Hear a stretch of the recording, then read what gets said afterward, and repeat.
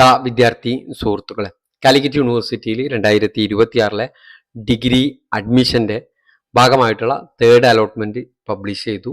അതിന്റെ അഡ്മിഷൻ നടപടികൾ ഈ വരുന്ന ജൂലൈ 17 അവസാനിക്കും. ഇനി വിദ്യാർത്ഥികൾക്ക് അറിയേണ്ടത് ഇനിയുള്ള അലോട്ട്മെന്റിനെ കുറിച്ചാണ്. അതിന് മുന്നോടിയായിട്ട് എഡിറ്റിങ്ങും ലേറ്റ് രജിസ്ട്രേഷൻ ഉണ്ട്. അതിന്റെ ഡീറ്റെയിലാണ് നമ്മൾ ഈ വീഡിയോയിൽ നിങ്ങളുമായി സംവദിക്കുന്നത്. വളരെ കൃത്യമായിട്ട് ഈ വീഡിയോ ഫുള്ളായിട്ട് കാണുക. എന്നിട്ട് സംശയങ്ങൾ ഉണ്ടെങ്കിൽ ചോദിക്കുക. ഈ വീഡിയോക്കടിയിൽ എനിക്ക് ഇത്ര ശതമാനം മാർക്കുണ്ട്, എനിക്ക് അഡ്മിഷൻ കിട്ടുമോ എന്നുള്ള ചോദ്യങ്ങൾക്ക് കൃത്യമായിട്ട് എനിക്ക് മറുപടി പറയാൻ സാധിക്കില്ല. ഓരോ ടൈപ്പ് കോളേജിൽ ഓരോരോ രീതിയിലാണ് മാർക്ക് ക്രൈറ്റീരിയ ഉണ്ടായിരിക്കാം. ഉദാഹരണത്തിന് സെൽഫ് ഫിനാൻസിങ് കോളേജിൽ കുറഞ്ഞ മാർക്കുകൾ അവർക്ക് കിട്ടും, പക്ഷെ അത് എയ്ഡഡ് ഗവൺമെന്റ് കോളേജിൽ കിട്ടില്ല എന്നുള്ളത് മനസ്സിലാക്കി വെക്കേണ്ട ഒരു വസ്തുതയാണ്. അതുപോലെ തന്നെ പാലക്കാട്, തൃശ്ശൂർ ജില്ലയിൽ കിട്ടുന്ന അത്ര ഈസിയിൽ മലപ്പുറം, കോഴിക്കോട് ജില്ലയിലെ എയ്ഡഡ് ഗവൺമെന്റ് കോളേജിൽ അഡ്മിഷൻ കിട്ടാനുള്ള സാധ്യത കുറവാണ്.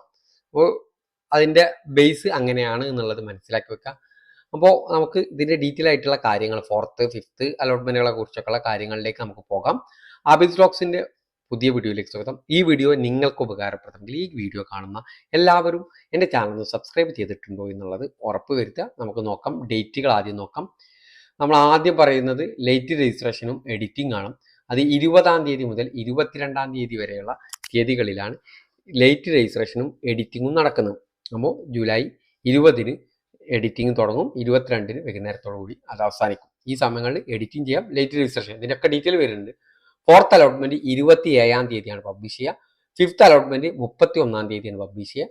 5th അലോട്ട്മെന്റിന് ശേഷമുള്ള അഡ്മിഷൻ റാങ്ക് ലിസ്റ്റ് പബ്ലിഷ് ചെയ്യും. ആ സമയത്ത് 5-ാം തീയതി ഓഗസ്റ്റ് 5-ന് പബ്ലിഷ് ചെയ്യും. പിന്നെ ആ റാങ്ക് ലിസ്റ്റിൽ നിന്ന് റാങ്ക് അടിസ്ഥാനത്തിൽ കോളേജിൽ നിന്ന് ഇപ്പോൾ കമ്മ്യൂണിറ്റി കോട്ടയിൽ അഡ്മിഷന് വിളിക്കുന്ന പോലെയായിരിക്കും. പിന്നെ റാങ്ക് ലിസ്റ്റിൽ നിന്നുള്ള അഡ്മിഷൻ അത് എയ്ഡഡ് കോഴ്സിന്, ഗവൺമെന്റ് കോളേജിലെ എല്ലാ കോഴ്സും എയ്ഡഡ് കോഴ്സാണ്. സെൽഫ് ഫിനാൻസിങ് പ്രോഗ്രാമുകളൊക്കെ ഇതിൽ ഉൾക്കൊള്ളുന്നതാണ്. അത് പബ്ലിഷ് ചെയ്താൽ അതിന് അപ്പോഴാണ് നിങ്ങളുടെ സ്റ്റുഡൻസ് ലോഗിൽ ഇപ്പോൾ പലരും വെയിറ്റിംഗ് റാങ്ക് കാണുന്നില്ല, അത് ആ സമയത്തേക്കുള്ളതാണ്. അത് 5-ാം തീയതിക്ക് ശേഷമാണ് അതിൽ വെയിറ്റിംഗ് റാങ്ക് ലിസ്റ്റ് കാണാം. ഓഗസ്റ്റ് 29-ന് അഡ്മിഷൻ ക്ലോസ് ചെയ്യും. ആദ്യം നമ്മൾ ഇതിൽ പറയുന്നത് ലേറ്റ് രജിസ്ട്രേഷനെ കുറിച്ചാണ്. അത് ജൂലൈ 20 മുതൽ 22-ാം തീയതി വരെയാണ്. ഇതുവരെ രജിസ്റ്റർ ചെയ്യാത്ത വിദ്യാർത്ഥികൾക്കാണ് ലേറ്റ് രജിസ്ട്രേഷൻ ചെയ്യാൻ സാധിക്കുക. അവർക്ക് പുതുതായിട്ട് രജിസ്റ്റർ ചെയ്യാം. നിലവിൽ രജിസ്റ്റർ ചെയ്ത വിദ്യാർത്ഥികൾക്ക് ലേറ്റ് രജിസ്ട്രേഷൻ പോസിബിൾ അല്ല. അതിന് പ്രധാന കാരണം നിങ്ങൾക്ക് ചെയ്തു നോക്കിയാൽ നിങ്ങൾക്ക് മനസ്സിലാവും. നിങ്ങളുടെ ആധാർ നമ്പർ അതിലേക്ക് കൊടുത്തു കഴിഞ്ഞാൽ പറയും നിങ്ങൾ മുമ്പ് രജിസ്റ്റർ ചെയ്തിട്ടുണ്ടല്ലോ. അതുകൊണ്ട് തന്നെ നിലവിൽ രജിസ്റ്റർ ചെയ്ത വിദ്യാർത്ഥികൾക്ക് ലേറ്റ് രജിസ്ട്രേഷൻ പോസിബിൾ അല്ല എന്നുള്ളത് മനസ്സിലാക്കി വെക്കേണ്ട ഒന്നാണ്. പിന്നീട് അത് കഴിഞ്ഞിട്ട് എഡിറ്റിംഗ് ആണ്. എഡിറ്റിങ്ങും ഇതേ സമയത്ത് തന്നെ 20-ാം തീയതി മുതൽ 22-ാം തീയതി വരെ ഇവിടെ എല്ലാവിധ എഡിറ്റിങ്ങും ചെയ്യാവുന്നതാണ്. നിങ്ങൾക്ക് വേണ്ട എല്ലാവിധ എഡിറ്റിങ്ങും, നിങ്ങളുടെ പേര്, മൊബൈൽ നമ്പർ, നിങ്ങളുടെ ഇമെയിൽ ID, കാര്യങ്ങളല്ലാത്ത എല്ലാ കാര്യങ്ങളും, പുതിയ കോളേജ് ആഡ് ചെയ്യാം, നിങ്ങൾ കൊടുത്ത കോളേജ് ഡിലീറ്റ് ചെയ്യാം, എല്ലാവിധ പോസിബിലിറ്റിയുള്ള എല്ലാവിധ നിങ്ങൾക്ക് ഇപ്പോൾ കൊടുത്ത എല്ലാ കോളേജും മാറ്റി 20 പുതിയ കോളേജുകളും കൂടി ആഡ് ചെയ്യുന്നതിന് തടസ്സമില്ല. ഹയർ ഓപ്ഷൻ നിലനിർത്തി അഡ്മിഷൻ എടുത്തവർക്കും ഇതുവരെ അലോട്ട്മെന്റ് ലഭിക്കാത്തവർക്കും എഡിറ്റിംഗ് ചെയ്യാവുന്നതാണ്. എന്ന് പറഞ്ഞാൽ ഒന്ന് ഹയർ ഓപ്ഷൻ നിലനിർത്തിയിട്ട് അഡ്മിഷൻ എടുത്തിട്ടുണ്ടാകും. എനിക്ക് ഹയർ ഓപ്ഷൻ ഓപ്ഷൻ 3 കിട്ടിയത്, അതിന് മുകളിൽ 2 ഓപ്ഷൻ ഉണ്ട്. അത് നിലനിർത്തി അഡ്മിഷൻ എടുത്ത ആളുകൾക്ക് എഡിറ്റ് ചെയ്യാം. അങ്ങനെ നമുക്ക് പുതുതായിട്ട് 19 ഓപ്ഷൻ വരെ കൊടുക്കാൻ സാധിക്കും. അതുപോലെ തന്നെ ഇതുവരെ അലോട്ട്മെന്റ് ലഭിക്കാത്തവർക്കും എഡിറ്റിംഗ് ചെയ്യാവുന്നതാണ്. അതുപോലെ തന്നെ ഇതുവരെ അലോട്ട്മെന്റ് കിട്ടിയിട്ട് അഡ്മിഷൻ എടുക്കാതെ അലോട്ട്മെന്റിൽ നിന്ന് പുറത്തു പോയവരുണ്ടാവും, മാൻഡേറ്ററി ഫീ അടക്കാതെ പുറത്തു പോയവരുണ്ടാവും, അവർക്കും എഡിറ്റിംഗ് ചെയ്യാവുന്നതാണ്. അവർ നിർബന്ധമായിട്ടും എഡിറ്റിംഗ് ചെയ്തെങ്കിൽ മാത്രമേ 4th അലോട്ട്മെന്റിലേക്ക് പരിഗണിക്കുള്ളൂ. എന്നാൽ നിങ്ങൾക്ക് ഫസ്റ്റ് ഓപ്ഷനിലാണ് അഡ്മിഷൻ, നിങ്ങൾ കൊടുത്ത ഫസ്റ്റ് ഓപ്ഷനിൽ അഡ്മിഷൻ കിട്ടി, അഡ്മിഷൻ എടുത്തു, ആ വിദ്യാർത്ഥിക്ക് എഡിറ്റിംഗ് പോസിബിൾ അല്ല.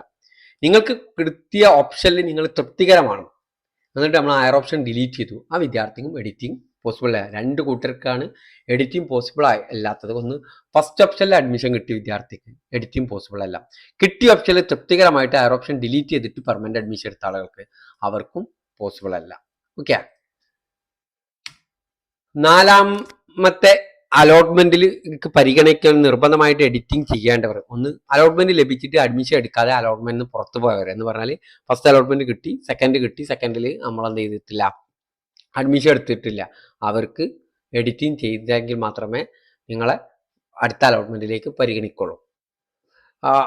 അതുപോലെ തന്നെ നിങ്ങൾക്ക് തേർഡ് അലോട്ട്മെന്റ് കിട്ടി, നിങ്ങൾ അഡ്മിഷൻ എടുത്തില്ല, ആ വിദ്യാർത്ഥികൾ നിർബന്ധമായിട്ട് എഡിറ്റിംഗ് ചെയ്തെങ്കിൽ മാത്രമേ 4th അലോട്ട്മെന്റിലേക്ക് പരിഗണിക്കുള്ളൂ.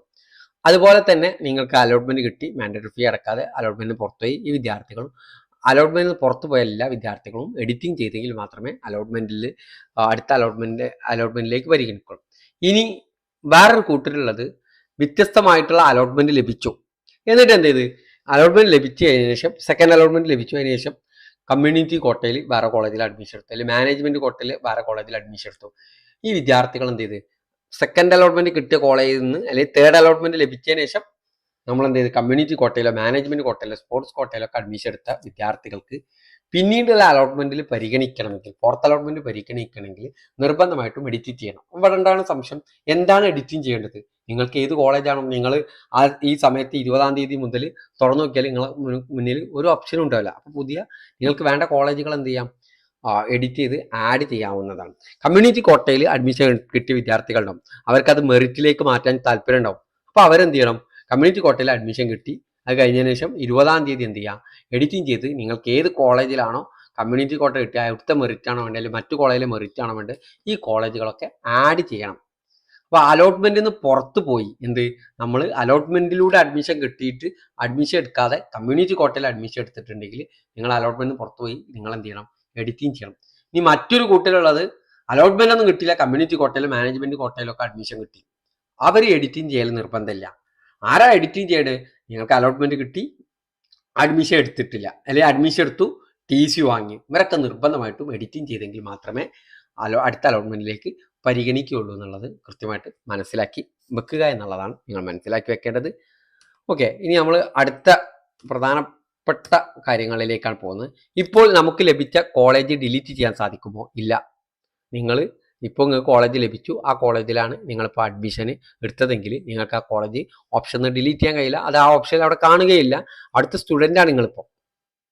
നിങ്ങൾ സെക്കൻഡ് അലോട്ട്മെന്റ് ഒരു കോളേജ് കിട്ടി, തേർഡ് അലോട്ട്മെന്റിൽ വീണ്ടും ആ കോളേജ് കിട്ടി, ആ കുട്ടി അവിടുത്തെ സ്റ്റുഡൻ്റ് ആണ്, ഇനി എന്തെങ്കിലും ചെയ്യണമെന്ന് ചോദിക്കുന്നുണ്ട്. നിങ്ങൾ അവിടുത്തെ സ്റ്റുഡൻറ്റ്, അവിടെ ക്ലാസ് തുടങ്ങി, യൂണിവേഴ്സിറ്റി ക്ലാസ് തുടങ്ങാൻ പറഞ്ഞ ഡേറ്റ് എന്നാണ്? ജൂലൈ 1-ാം തീയതിയാണ്. പല കോളേജുകളും കുട്ടികളായതുകൊണ്ട് കൊണ്ട് ക്ലാസ് തുടങ്ങിയിട്ടുണ്ടാവില്ല, പക്ഷെ പലതും തുടങ്ങി അതിൻ്റെ മറ്റു കാര്യങ്ങളിലേക്ക് കടന്നിട്ടുണ്ട്. നിങ്ങൾ ഇനിയുള്ള ദിവസങ്ങൾ കോളേജിൽ പോകണം. പല വിദ്യാർത്ഥികളും ഇനി പോകണം, എനിക്ക് വേറെ സ്ഥലം കിട്ടി, ഞാൻ അങ്ങോട്ട് മാറാനുള്ളല്ലേ ചോദിക്കുന്നുണ്ട്. പക്ഷെ നിങ്ങൾ പോകണം. എന്തെങ്കിലും കാരണം കൊണ്ട് നിങ്ങൾക്ക് മാറാൻ കഴിഞ്ഞിട്ടില്ലെങ്കിൽ നിങ്ങൾ അറ്റൻഡൻസ് അവിടെ പോകും. അടുത്ത അലോട്ട്മെന്റ് ലഭിക്കണമെങ്കിൽ ഒന്നും കൂടി അപേക്ഷിക്കണമോ? വേണ്ട. അടുത്ത അലോട്ട്മെന്റ് ലഭിക്കണമെങ്കിൽ ഇപ്പോൾ അപേക്ഷിച്ചവർക്ക് വീണ്ടും അപേക്ഷിക്കാൻ സാധിക്കില്ല. സപ്ലിമെന്ററി അലോട്ട്മെന്റ് ഉണ്ടോ? ഇല്ല. ട്രാൻസ്ഫർ അലോട്ട്മെന്റും ഇല്ല. സപ്ലിമെന്ററി അലോട്ട്മെന്റും ഇല്ല, ട്രാൻസ്ഫർ അലോട്ട്മെന്റും ഇല്ല. സ്പോട്ട് അഡ്മിഷൻ യൂണിവേഴ്സിറ്റിയിൽ ഉണ്ടാകാറില്ല. ഇപ്പോൾ കോളേജിൽ അഡ്മിഷൻ എടുത്തപ്പോൾ നൽകിയിട്ടുള്ള ഫീസ് തിരിച്ചു കിട്ടുമോ? തിരിച്ചു കിട്ടും. ഇനി നമുക്ക് കുറച്ച് യൂണിവേഴ്സിറ്റി വെബ്സൈറ്റിൽ നമ്മൾ ശ്രദ്ധിക്കേണ്ട, നമ്മൾ എഡിറ്റിംഗ് ചെയ്യുമ്പോൾ നമുക്ക് കിട്ടാൻ സാധ്യതയുണ്ടോ അതൊക്കെ നോക്കാനുള്ള മെത്തേഡുകൾ ഞാൻ പറഞ്ഞു തരാം. ഇതും കൂടി നിങ്ങൾ ഡീറ്റെയിൽ ആയിട്ട് കാണും. ഇത് നിങ്ങളുടെ എല്ലാ സുഹൃത്തുക്കളിലേക്കും അയച്ചു കൊടുക്കണം എന്നുള്ളതാണ് പറയാനുള്ളത്. Okay, thank you.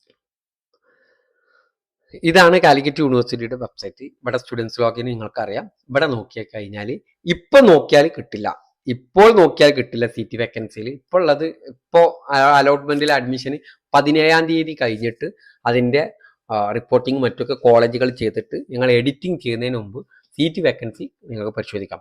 എന്നാൽ നിങ്ങൾക്കൊരു കോളേജിൽ സീറ്റ് വേക്കൻസി 0 എന്ന് കാണുകയാണ്, പക്ഷെ അവിടെ കൊടുക്കാതിരിക്കണ്ട എന്ന് പറഞ്ഞാൽ അവിടെ ഇപ്പോൾ അഡ്മിഷൻ എടുത്ത തേർഡ് അലോട്ട്മെന്റ് പ്രകാരം അഡ്മിഷൻ എടുത്ത ഒരു കുട്ടി അടുത്ത അലോട്ട്മെന്റിൽ വേറെ കോളേജിലേക്ക് പോയാൽ അവിടെ സീറ്റ് വേക്കൻസി ഒന്നും ഉണ്ടാവും.